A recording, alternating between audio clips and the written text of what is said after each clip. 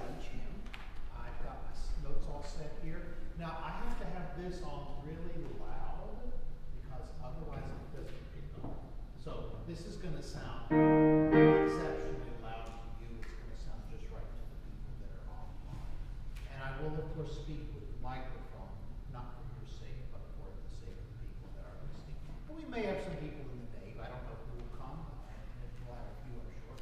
There are plenty of programs for them in the back. I'm going to encourage them to come and sit close to the front, as close to the front as they will, and they will sing with us. Could we just do a bit to refresh our memory of each hymn? Be still.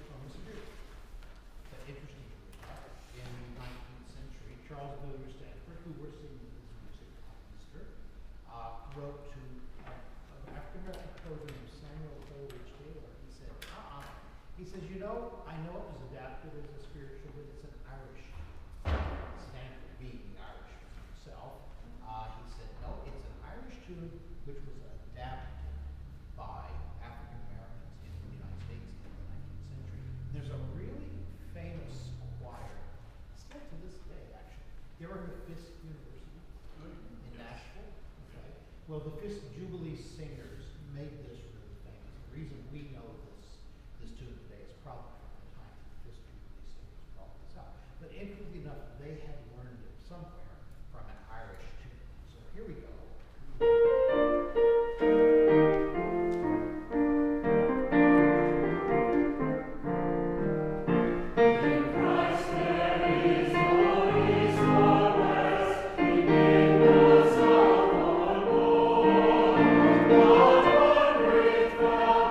God,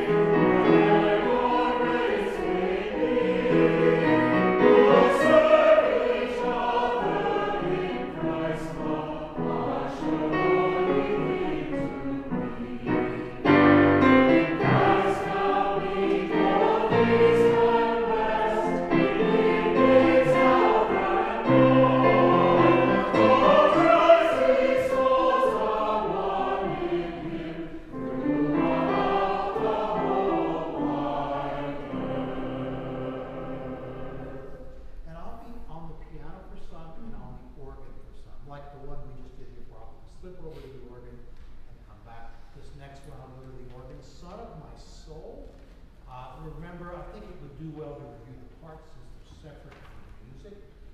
Let's say we're going to sing verses 1, 2, and 6. We would do verse 2 in parts. So let's review the parts on the law, please. This is the tune Obens. Here we go, page 5.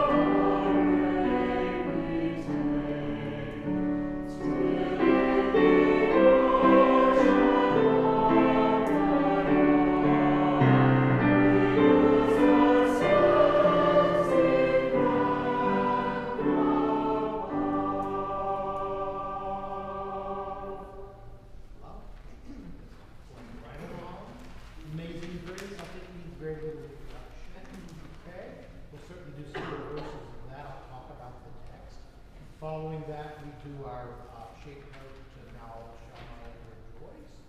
We'll talk about that. And then in college, we sing of God.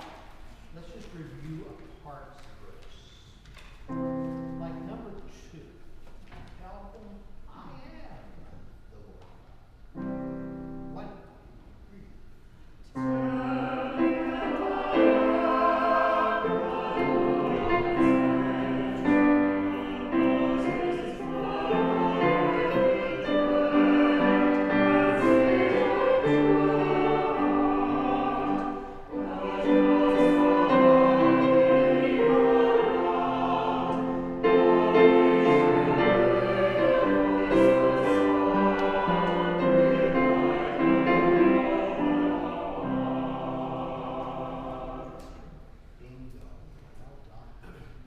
Jerusalem the golden, verse 3.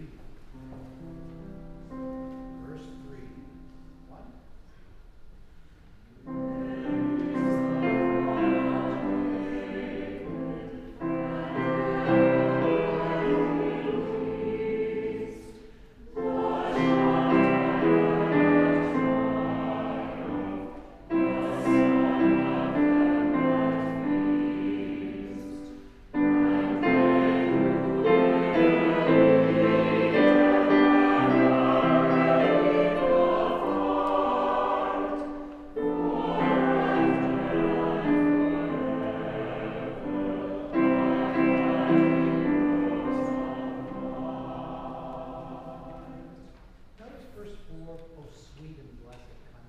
Well, the original name of the tune and the text marriage, this was not written for this text. The tune was written for a piece called Oh Dear, Dear Country. So you can see he's took that 4th verse and said, I'm going to make a harken back to the actual original. So I'll talk about that a little bit. Then across the page, my song is well known. A description of love through the love.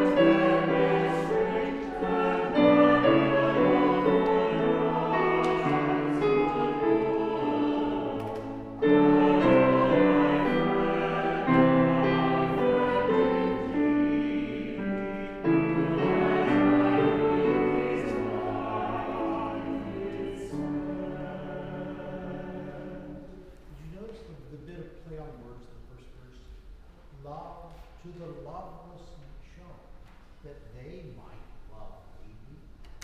Wonderful, wonderful play on words that Crosby did in a lot of this. John Ireland, famous composer, wrote the tune, and it was originally seen in some school hymnals. Interesting enough, in Britain, this is where it sort of first showed up. So this tune text first came together. That was a school hymn. So I'm going to start talking to the folks in the nave in just a second. Julie, I'm going to go on the mic, and I'm going to encourage you just to scoot up a little bit. If you're not comfortable with it, so we'll let them stay with it if you'd like to. But I'm going to try to get up close up if I can.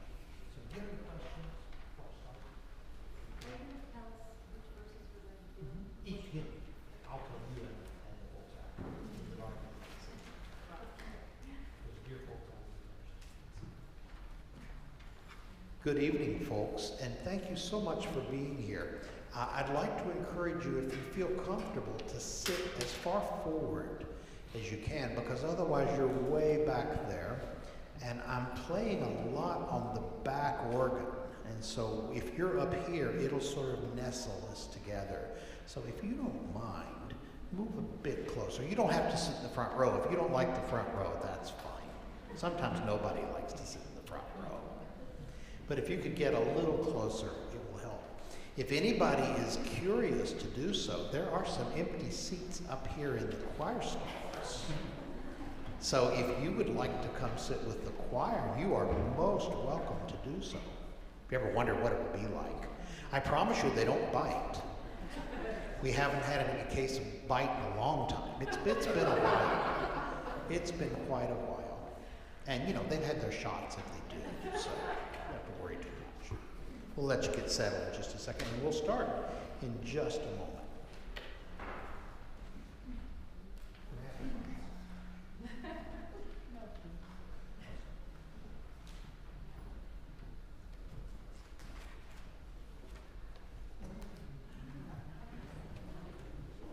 Come on up.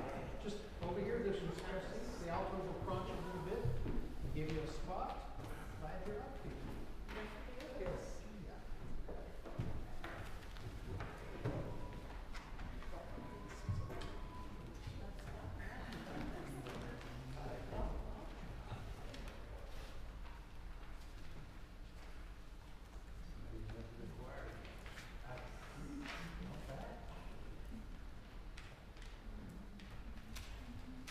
Well, it's 5 o'clock, and let us begin. First of all, welcome. So glad you're here today, both to the people here in the church and the people who are watching us online. I'm here in the middle on this keyboard for some of the hymns, because if I went down to the piano, the people on video, the stream couldn't see me. And so I'm going to stay up here. I'll be at the organ some of the time, and some here on this keyboard here in the middle. I encourage you to sing as much and as loud as you can, or as soft as you can, wherever you're comfortable. Remember, it's make a joyful noise. And of course, it is the season of Lent, and it's a season that we're a bit more contemplative. But as you know, today is what they call mid-Lent, or Laetare Sunday. And a Laetare Sunday is a little bit, they sometimes call it Refreshment Sunday. We have a little bit, do a little bit more maybe than we would do on some of the other Sundays in Lent. So the hymns that we're singing today, we opened to requests, and many of them are requests that I got online. And then I threw a few things in between.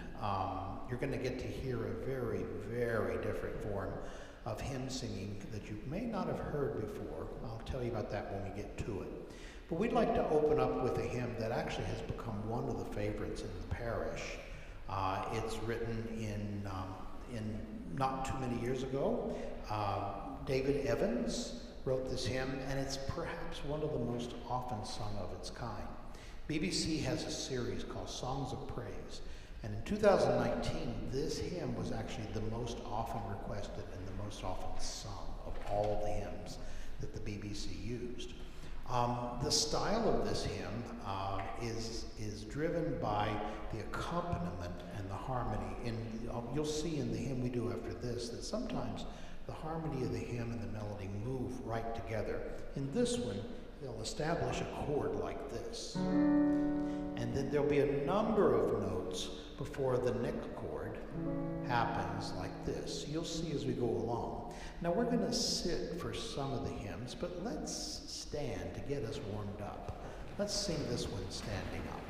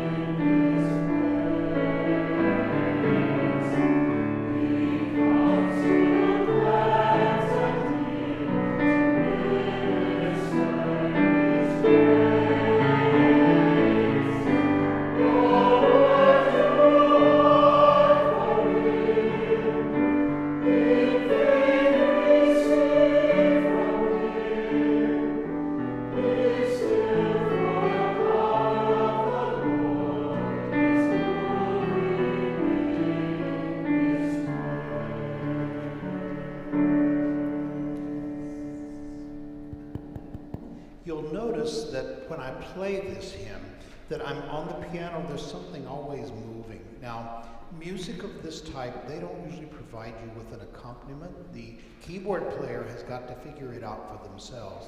They give us something called a lead sheet. And on the lead sheet, they write in the chords they think you should use, and I find that sometimes even those aren't all that helpful. So the piano player has got to actually figure out how to break up all these chords. The piano is actually a rhythm instrument in this case.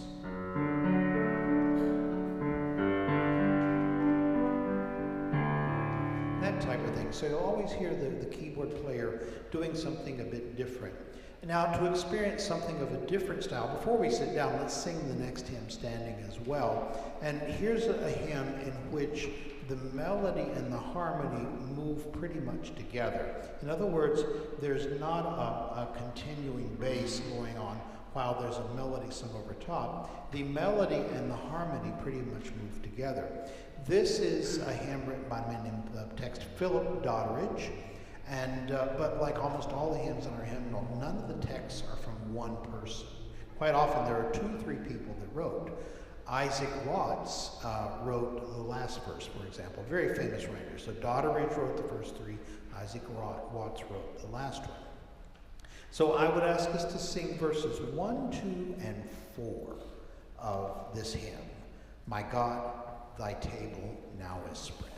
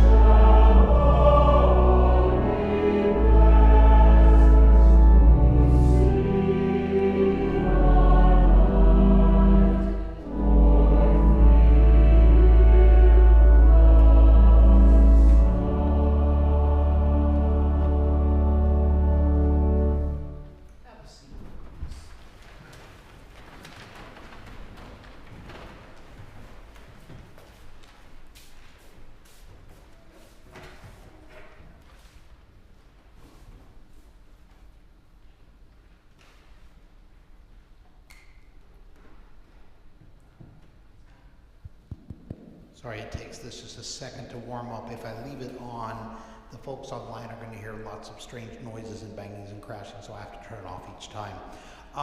The next hymn, In Christ There Is No East or West, for a long time we thought it had its origin as a spiritual. It was made famous by the Fisk Jubilee Singers of Fisk University in Nashville in the 19th century, long time ago. Fisk, the Jubilee Singers began to travel in the late 19th century, and they took their music all over, and this is one of the tunes that was part of what they did. Then a very famous African-American composer who only now is becoming more well-known, Samuel Coleridge Taylor, he set this as a piano piece. He wrote a whole collection of spirituals for people who might want to play them on the piano at home. Remember, before television and radio came along, the piano in the house was a big, big source of entertainment. So they would often arrange songs for things like that. So for a long time, and then suddenly a man named Charles Villiers Stanford, who was an English composer, heard this tune. He said, I know that tune. I've heard that before. So he did some research and he wrote Samuel Coleridge Taylor. He says, I wanted to tell you that it actually is of Irish origin. If you listen to the tune, you can sort of think, oh yeah, I can sort of hear that. He said it originated in Ireland, and then what happened was it was picked up in America, and some of the African-American composers and arrangers, especially the Fisk Jubilee arrangers, picked it up and took it and made it to actually several different texts. We sing it to one, In Christ There Is No East or West. This was one of the specific requests in our hymn. So it doesn't take long to sing this. Well, I think we should do all the verses.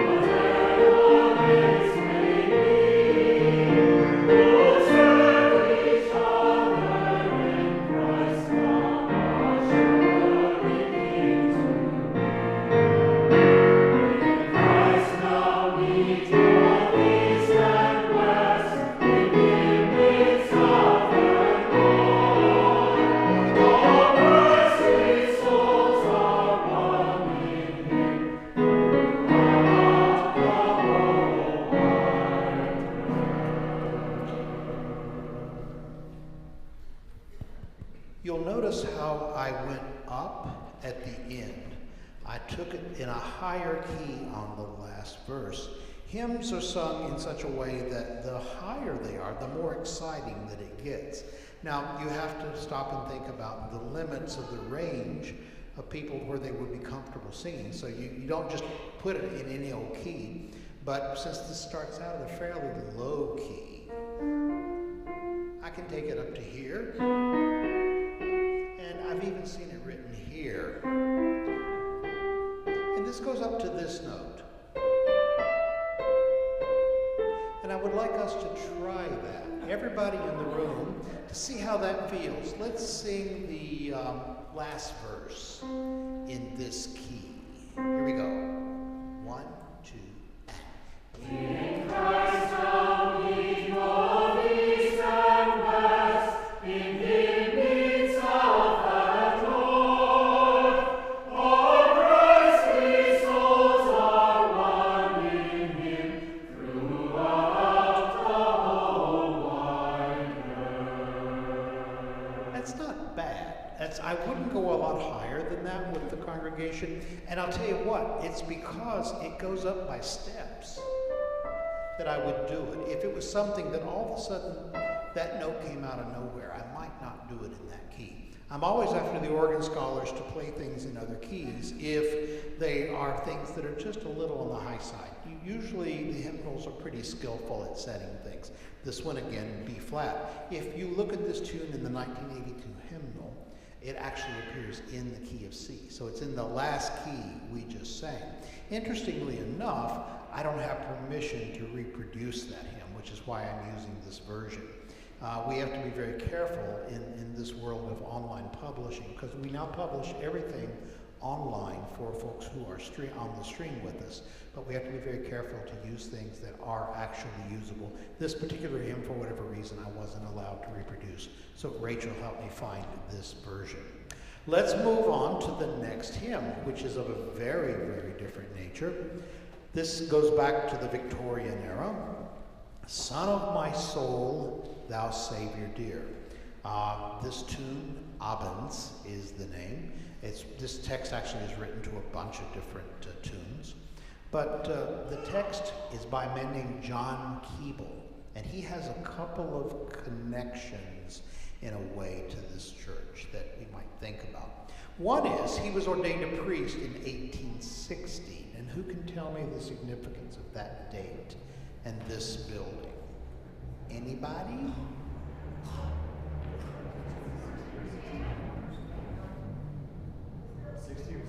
1816, 1-6.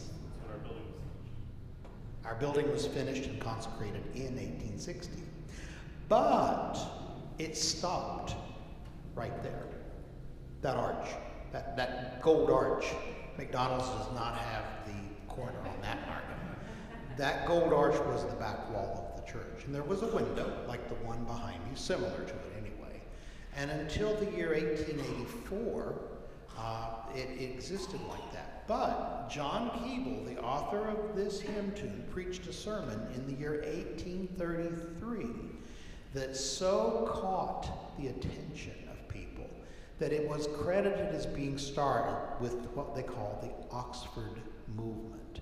And in the Oxford movement, people decided that they wanted things to have a little bit more ceremony than they had had. Maybe for worship to be a little bit, not more formal per se, but have more ceremony that's a part, things that are significant to be a part. In order to do that, you need the space. One of the big things about the Oxford movement was the establishment of choirs.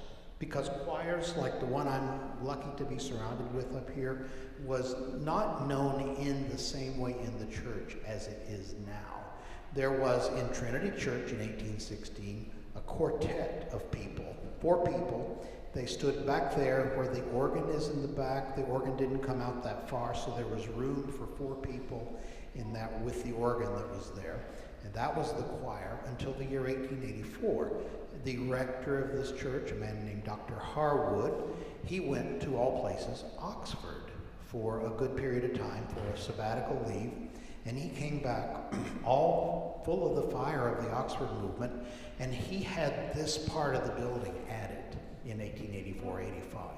And he established the first choir of men and boys in this church, based upon those choirs he had seen when he was in England all those years. So the Oxford movement is this part of the building is a direct connection to that movement. We wouldn't have this chancel, we wouldn't have a surpliced, what we call a surpliced choir when they wear the white overgarment over their cassocks on a service. We wouldn't have that if it weren't for the Oxford movement. And John Keble is largely responsible. So we have all these connections that through. What's interesting is, by the way, some things never change. Change is hard for people. We know that. We all know that. When they added this onto this building, the congregation was outraged, at least some of them were, and they called it Dr. Harwood's Music Hall. They thought it was totally unseemly that there was this space in which there were people sitting in front of the congregation of all things, and that there was this choir singing. They couldn't quite figure that out. Well, and of course, time changes. People get used to things. But again, sometimes things never change all that much. So we're going to sing this with the knowledge in our head that John Keble, who wrote the words, it really had a connection in many ways to sort of the history of this church as we go along. Let's do verses 1, 2, and 6. 1, 2, and 6.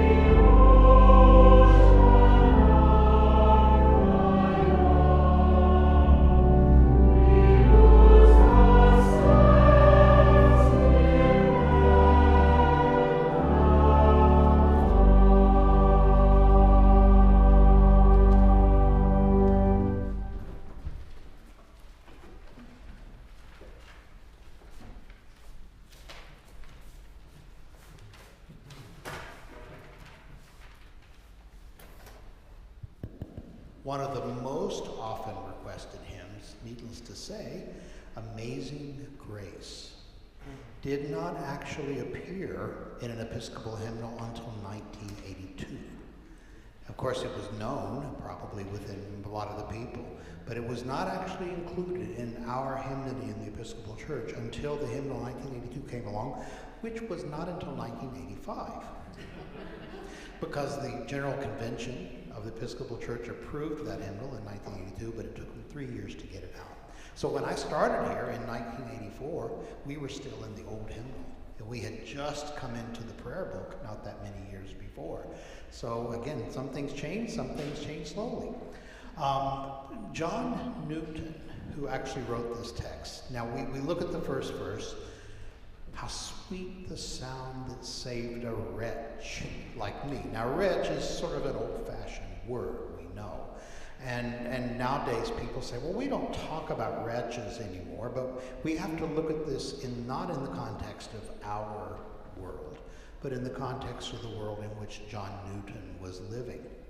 And so, interestingly enough, he had not always been a composer of hymn texts. He was the captain of a slave ship for much of his life. And later on in his life, he had a conversion. He had a conversion. He credited the church, he credited God with that conversion, and he looked back on his life in the years that he was the captain of the slave ship and realized the number of souls whose lives he had made very difficult and separated families and so many horrible things that had happened. So when you read the words and when we sing the words of this hymn, you have to think, put yourself in the place of somebody who has undergone a profound change in their life. And they think of themselves that saved a wretch like me. Look what I was doing with my life. I once was lost, but now am found, was blind, but now I see. This would have been, we could have sung this hymn this morning with the lessons they were doing. There were a ton of hymns we could have picked for this morning that would have worked really well. Now the tune of Amazing Grace consists of 5 notes. It only uses 5 notes. There's a lot of repeated notes, right? So we don't count those. So there are 5 different pitches that make up this tune. So they call that pentatonic, penta being the prefix for 5. This is common in a lot of early American hymnody, where the tunes are very simple and very straightforward. This tune happens to be called New Britain. Tunes always get names. I'll talk about that a little bit later on. But this is certainly a well-loved hymn, and another example where 2 different authors came up with. Now, Newton wrote verses 1, 2, 3, and 4. He actually wrote a lot more than what we see here. There are many, many more verses to this hymn that they didn't include. But interestingly enough, they said, now we're going to add this 5th verse, which was done even back in the 19th century. So we're going to have to reverse the order of Newton's verses. So Newton's verses would have been 1, 2, 4, 3. That was his original. Think about it. So if you look at through many dangers, toils, and snares, that preceded the Lord has promised good to me. But the people who put this hymnal together said, I think it works better when we're adding, when we've been there 10,000 years. Well, where is there? And so they felt that it would match better to swap the verses. So we've had the dangers, toils, and snares. I have already come through those. 'Tis grace that brought me safe thus far, and grace will lead me home. And then, when we've been there 10,000 years, bright shining as the sun, we've no less days to sing God's praise than when we'd first begun. And I want to try something. I want to do verses 1, 2, 4, and 5. And I want you to stand up on verse 5 and feel the difference. I want you to stand up on verse 5. We're going to really let it roll. So let's do verses 1, 2, 4, and 5. We'll stand up on 5.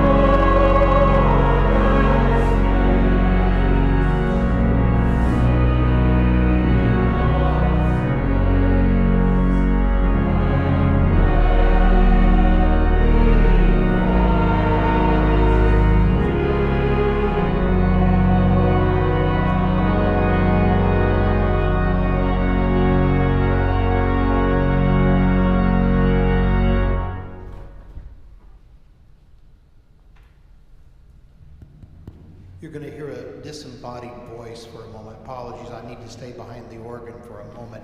Have a seat. And I wanted to take a second to talk about the instrument itself because you'll notice that I started off with a single sound. I'm going to play a little bit of what I did. This is actually a stop that is supposed to imitate a clarinet. Listen carefully.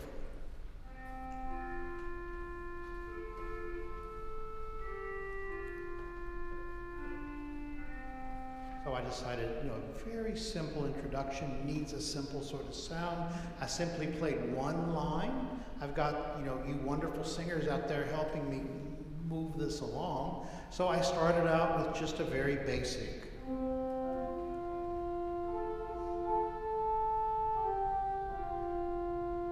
And then I added some more voices to it, that sort of thing. But now the organ has something very unique that helps with hymn singing, and that is it has pedals. And I'm gonna, at the end of this, as we go downstairs for soup, I'm gonna invite any of you that would like to come by the console up here, please do, and take a look, and I can talk a second about the organ before we go down. But I'm gonna play for you the pedals. Now these are stops that I play with my feet, if you can see my feet right now.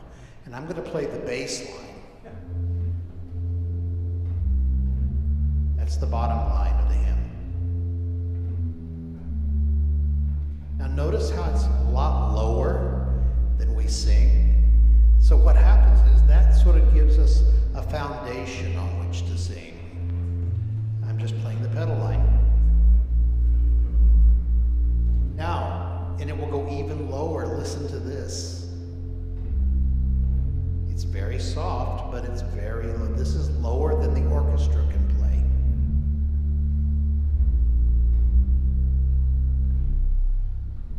Now, while this instrument is only 87 years old, there are pipes in this organ that have been playing in this church since 1866. And here's one of those pipes. Listen to how low this is. That set of pipes has been reused in every organ in this church since 1866. And I know for the folks online probably can't actually hear a pitch. It's so low. This set of pipes also dates from the 1866 organ. It's like a string bass. You can imagine a double bass playing that very sound. So the organ gives us lots of possibilities in leading. It's not a percussive instrument like the piano where we break those chords and we have the rolling chords, but it gives us a lot of different variety. Now, in American hymn singing, we've gone through a lot of phases as, of course, being a country that's constantly evolving. And many of the people who came over from other countries, in some of those countries, let's take the Puritans, for example, musical instruments were not used. It was considered sinful. For example, years and years ago at Center Church, which wasn't Center Church in those days, it was across the green. Before 1816, it would have been on the lower green over there. It was the only church on the green. There were no other churches in the green. All of us came to be together in 1816, and Center Church didn't get an organ for quite some time. All music was sung a cappella, which means unaccompanied. It actually means in the style of the chapel, which actually was unaccompanied. So that's why you hear the word a cappella all the time, unaccompanied. And I thought it would be fun to have the choir offer just a little bit of what might have been heard in some of those early days. This would not necessarily have been the case in the Episcopal Church, but it would have been the case in what we know as the UCC, the Congregational Church, and many churches like it, predecessors perhaps of the Baptists and so forth. There's still, say, Baptist Church down where I come from, down south, where they don't use instruments. They sing a cappella still to this day. A man named William Billings lived in Boston in the 18th century, and he was one of the first real serious American composers. He and Lowell Mason and a couple like them. And Mr. Billings wrote hymn tunes in which, unlike Amazing Grace, the melody, which is in the top voice in Amazing Grace, like this,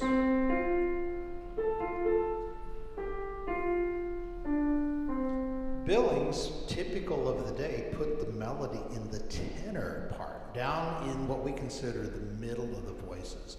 And the sopranos and the altos and the basses all harmonized with those tenors. Now, you've got in your bulletin, and I'm sorry, I apologize for the small print, but it's the only way I can fit it in without going sideways. Now my inward joys arise.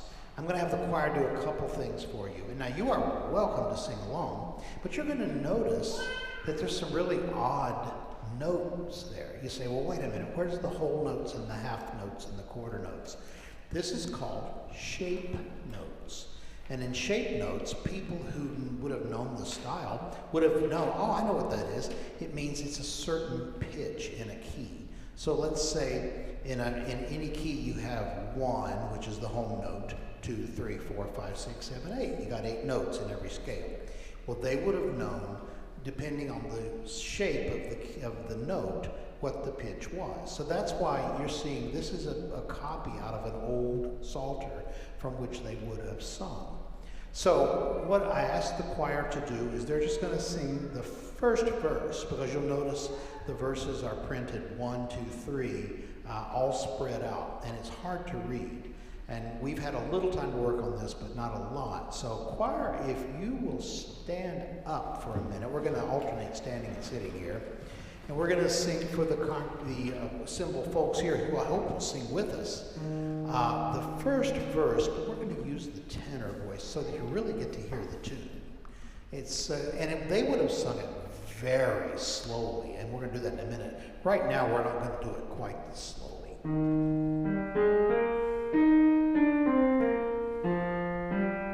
We're going to take it about that tempo, and the choir is going to help us. Here we go. 1, 2, 3, 1. 1.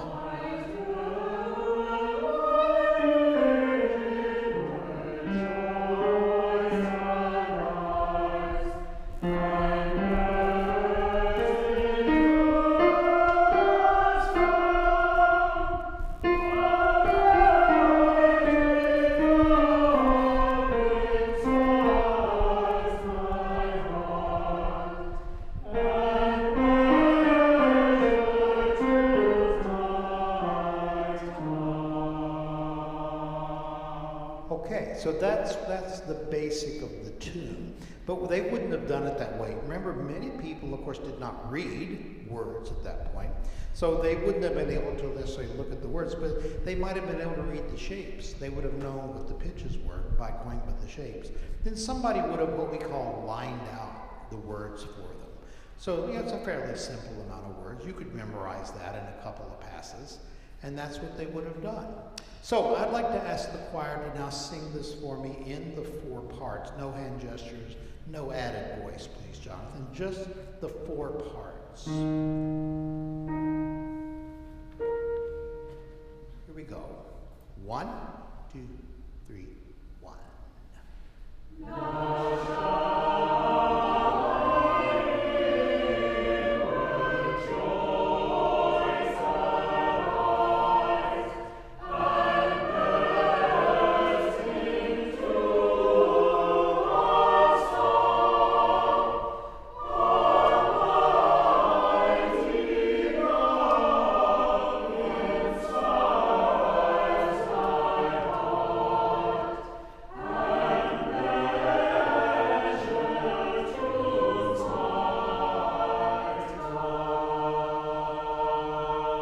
Still much faster than they would have sung it. This style of singing was very slow, very deliberate, and not subtle at all. The sounds that we try to make, we always say, we never sing anything louder than beautiful, right? That's one of our goals in the choir. Never louder than beautiful. Well, they weren't really worried about that. They weren't really concerned. It was about, the enthusiasm of the singing. So let's sit down and let's do, without any hand gestures yet, let's do an example of what we might have heard in those days. I'm going to go at a slower tempo. 1, 1, 2, 3,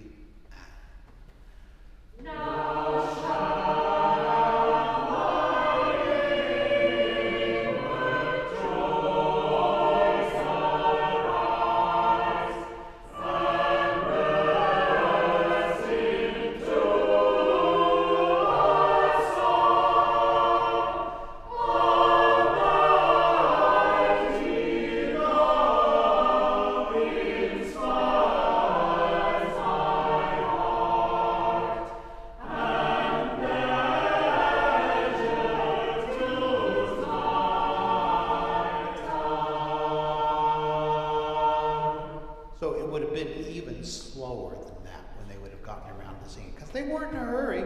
They would go for 2 or 3 hours and they would sing and they would enjoy. By the way, there are still singings of this going on to this day in New Haven.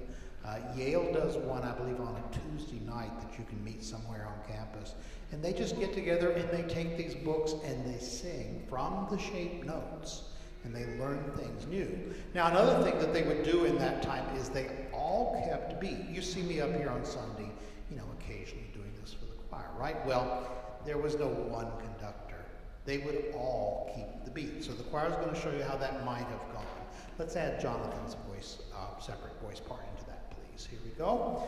So they would do this. Now, you get to try this with us. It's in 3. The first is push. Do that first. 1, and on 2, you come back like this. And on 3, you just go back forward like a scoop. So here, let's try that again. 1, 2, 3. Okay, you got it, you got it. Now sing with us if you can, all right? So here we go. We're gonna take it real slow. 1, 2, 3, 1, and.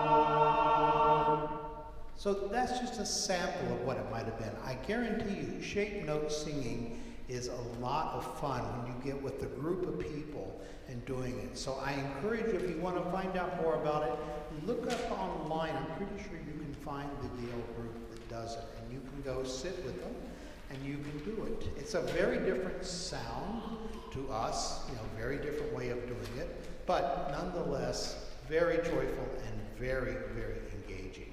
And by the way, people ask me, why is the tune called Africa? They simply selected random names, literally, for the tune names. Now, sometimes names have meaning, and we'll talk about that in just a second. But actually, in this case, he wrote tunes called Asia, Africa.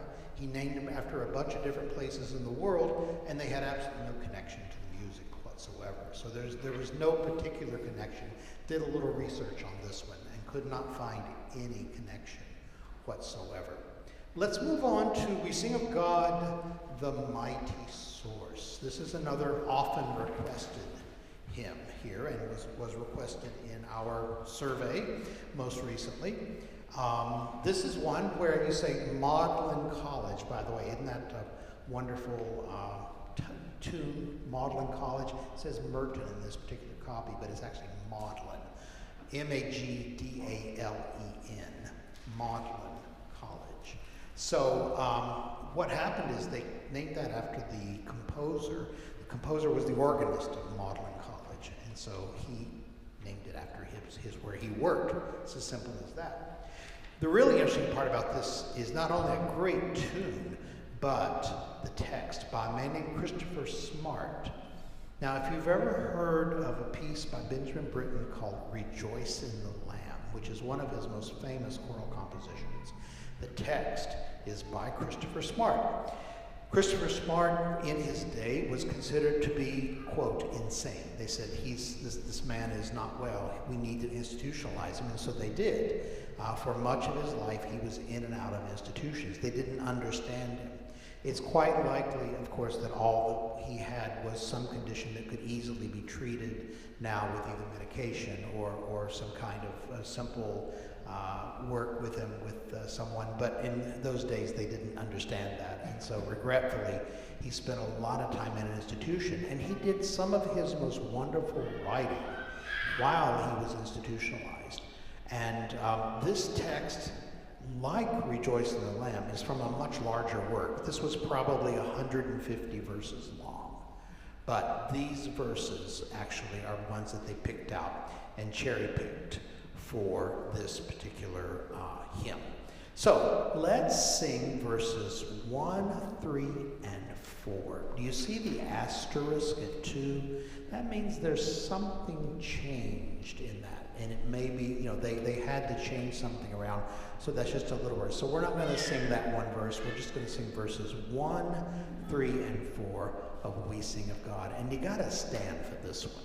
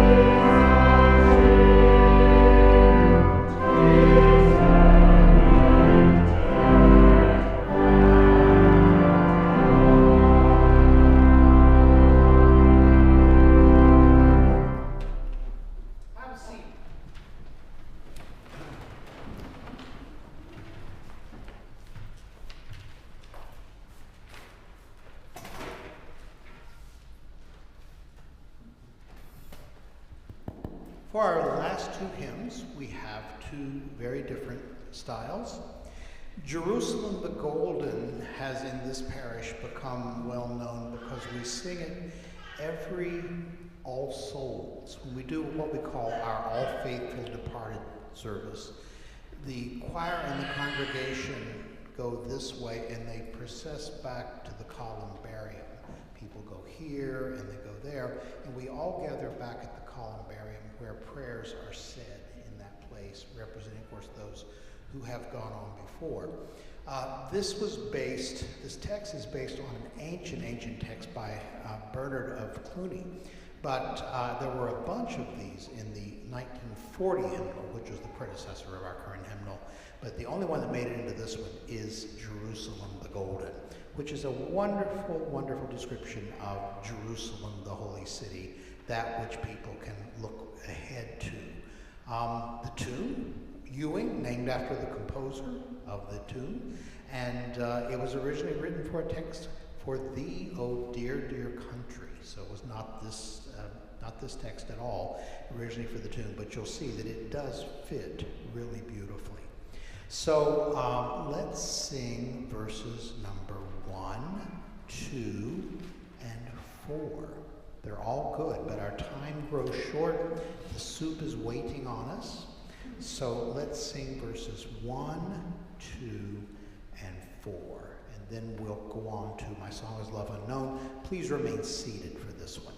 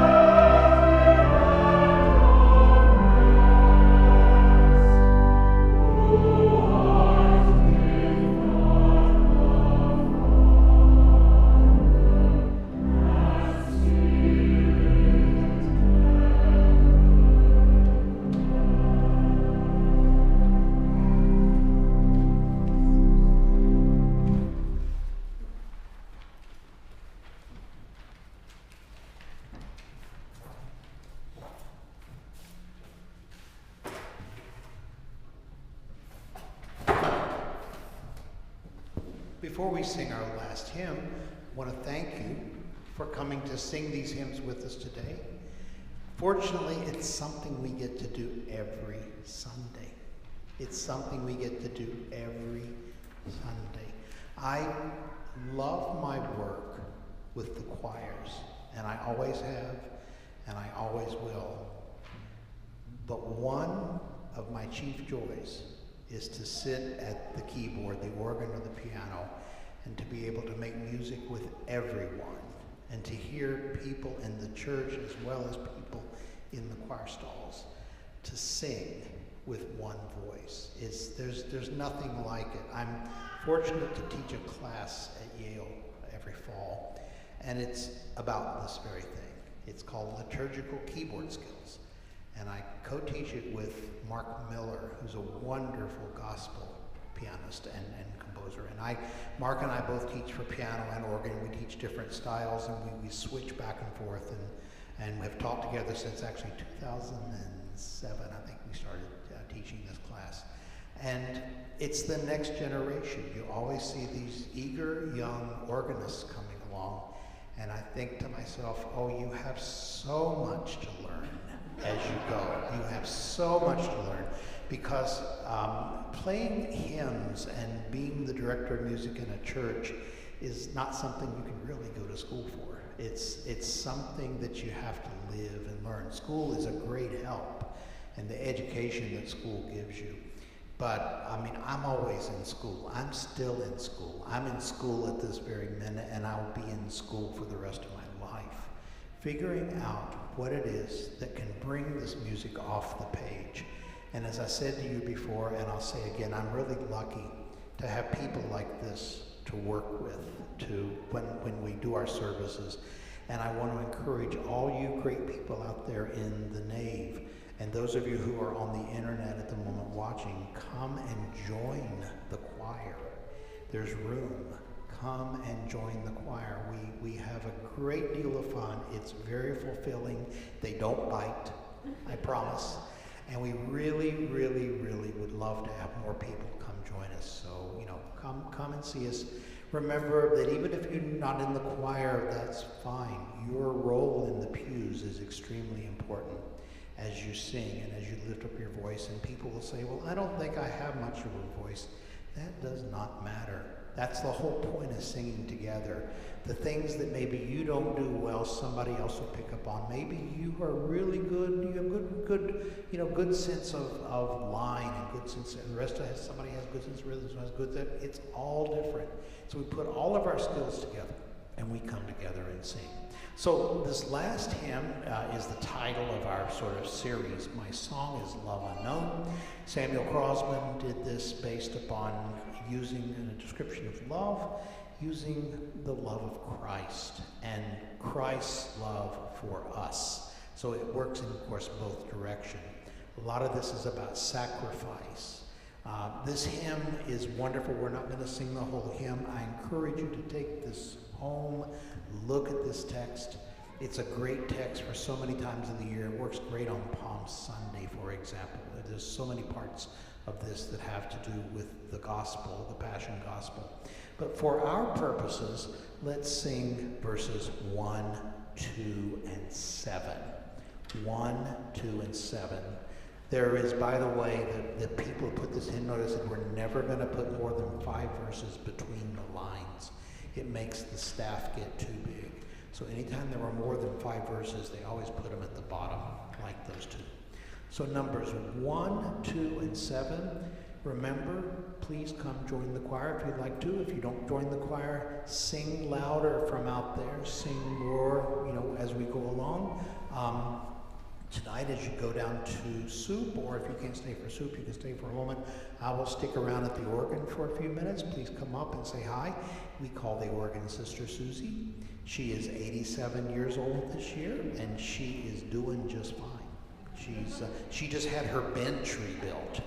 After 87 years, the bench was about to collapse. And so she just had her bench rebuilt. So now she's all sitting tall and pretty, and I won't fall on the floor. All right, so let's stand and let's raise this roof with this, especially that last verse. Here might I stay and sing, no story so divine. Never was love, dear King, never was grief like thine. This is my friend, in whose sweet praise I all my days could gladly spend. Powerful, powerful. Let's make the words come off the page.